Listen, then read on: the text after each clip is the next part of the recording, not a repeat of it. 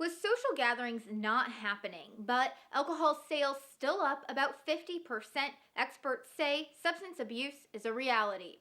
Joining me now is Peter Loeb and Ashley Loeb Blassingame of Lion Rock Recovery.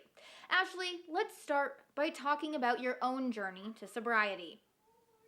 I am a person in long-term recovery. I have 14 years clean and sober, and I struggled for many years. I could stop, but I could not stay stopped, and so I went into um, programs and learned new coping skills, but wasn't able to maintain sobriety until 2006. Since then, I have built a life that's around recovery and that supports my recovery. Now let's talk more about this sober lifestyle. Is it easy to maintain during the pandemic? People in recovery have created these these coping mechanisms and a life built around them, things like fellowship, support group meetings, exercise, being out in nature. These things are no longer available to them, and we often say alcoholism is a disease of isolation. It thrives in that environment. So people are absolutely struggling. It is no exaggeration to say that many people's sobriety is in jeopardy as a result of COVID-19. Now, Peter, what about those who have not struggled with sobriety? Can anxiety lead to substance abuse during challenging times like these?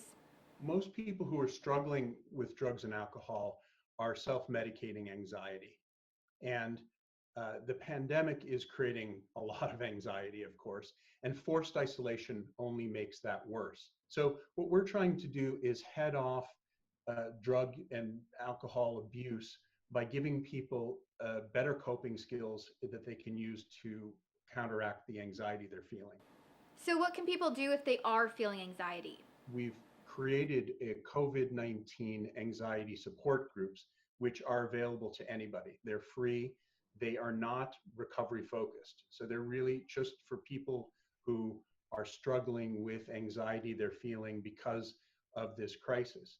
And we've set a group aside for healthcare workers only because we really want to do our part there for folks on the front line. Thank you both so much for your time. We'll have that information available on our website, nebraska.tv. And coming up later today on NTV News, we'll learn about their online substance abuse recovery program and how they're able to work with your insurance.